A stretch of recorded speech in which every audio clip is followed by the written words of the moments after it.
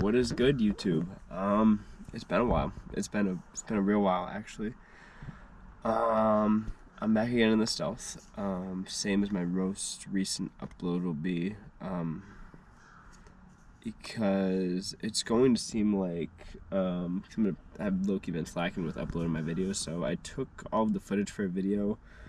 I think it was like in the beginning, maybe like the beginning of February, late January. I took it just to give you guys an update on what had been done. And I low-key never uploaded it. I've been slacking with the uploads. I have the footage. It's just sitting waiting to be edited and posted. So for you guys, for just on YouTube, it'll seem like the published dates are really close, but in reality, it's been a long time. And you can obviously tell once you watch the video that it's been a while. So basically, this is the update.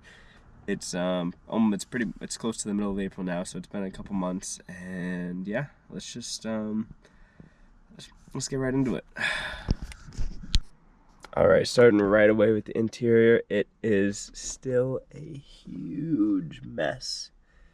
Nothing has really changed from the last time, the Apple CarPlay and everything. I did put the original shift knob back on because it's comfier. Like, it's just comfier to hold. I've just from that, plus this one for other reasons, like this screws on so it's a better hold. The other one was rotating, so it was just a cheap thing off Amazon. It is still pretty dirty on the top. I'll eventually get it with a steam cleaner and clean it properly. Besides that, nothing else has really changed from in here. I mean, stuff's moved around and stuff. And give you guys a hint, that's the top of the that's the upper intake manifold. But yeah, not too much has changed from inside here. So let's just hop right under the engine bay.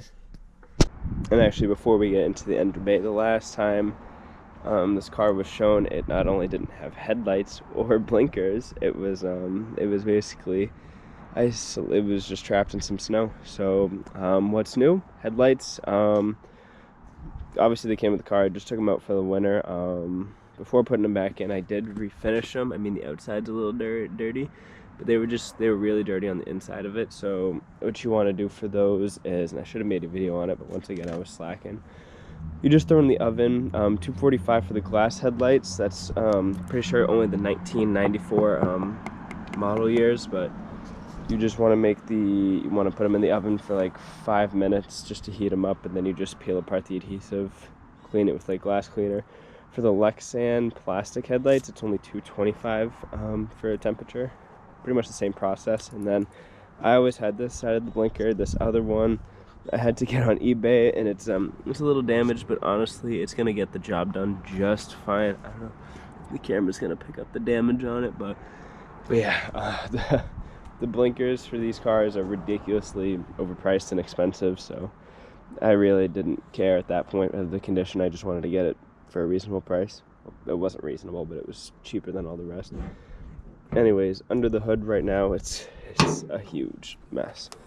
But let's take a look. So I have the engine harness mostly disconnected. The fuel rails and the top of the intake manifold, the upper intake manifold, are still off right now. I had a huge nest of leaves under the lower intake manifold. That was all cleaned.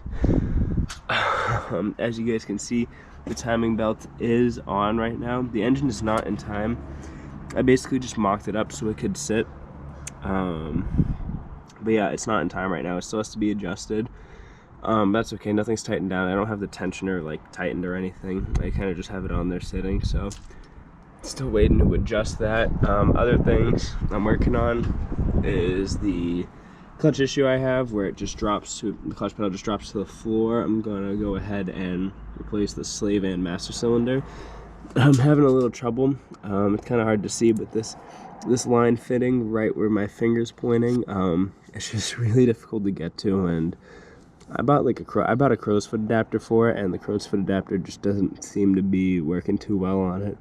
I'm not getting enough force on the turn. So since I have to redo my brakes anyways, I'll probably just take all of this out of the way. The brake cylinder, the brake servo, I'll probably just get all of it out of the way, because like I'm gonna drain all the fluid anyways. But yeah, other stuff. I took apart the intake, cleaned that up a bit. I do have a new air filter for it. New gaskets for the intake, obviously, and I discovered that when I took apart the valve covers, there's no gaskets on those, so I see a lot of leakage from them, and now it's kind of explaining why. There's just no gasket in between them, so they're leaking. But yeah, everything on the top of the engine is pretty much ready to go back together. That's probably going to be my next step for everything, and then I'm going to start putting the side of the engine back together. I don't know if it's might be kind of hard to see, but there's a brand new water pump in there too. I wasn't going to do it originally, but I figured since I'm in there, and I'm glad I did, I'll show you guys why in a second, because I have the spare part sitting in the trunk. So, but yeah, that's all that's been done to it so far. Yeah, so let's move on to the trunk and some other parts. Alright, and coming back to the trunk, it's the same as always. It's just packed with tools and stuff. Yeah, I got the distributor cap over here, fuel fittings, and the bolts for them. All of that stuff's right there. And yes, the old water pump. So it was super corroded on the outside. That I knew, but when I took it out, I actually realized that it just wouldn't spin. I don't know if it got hydrolocked or just there's just a bunch of like rust or corrosion just locking it in place, but it turns out to be a good thing that I replaced it, because I don't think that would have worked at all. I don't think the belt would have been strong enough to even get that broken loose. But yeah, that's really all that I have outside right now. I have some other parts off camera that I'll talk about. Let's just hop back inside the car. Alright, yeah, so like I said, I did get some other parts of the car. Obviously, so this car hasn't driven since 2015. So it needs new tires badly, because they're definitely dry rotted. Even though they're holding air, I would not trust it. They're holding air like the car is sitting, but I wouldn't trust them to drive on the road. Same thing for the brakes, they're very corroded and stuff. So I went ahead and got new brakes and rotors for all around. New rotors, new pads all around. I have new suspension. I actually got some coilovers for the car, and that'll go right along with the next thing. I got rims and tires. I got a combo from Fitment Industries at a decent price. They're not the most expensive rims ever, but they'll get the job done for the car's purposes. I'll reveal those when the time comes. Like, obviously you guys can picture what coilovers and brakes looks like. I'll make videos on those, but for the rims, I mean, I like them. I think they're nice. I definitely went for a low profile tire, and I think with the lower I'll get from the coilovers, it's gonna be a good combo together. Besides that, that's all I really have for parts in the car, and that's all I really need to get it running. I have the other stuff too, like all the replacement parts I'll need for putting the car back together, all the fluids that need to get changed and everything like that.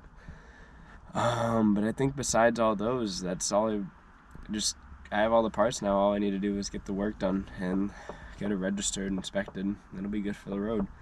I'm also looking at an exhaust. Kind of broke right now. So it's gonna be a little expensive it's gonna be pretty expensive to get. But hopefully in the near future I'll get my hands on it. But yeah, that's all I really have. So I hope you guys enjoyed, and stay tuned until next time.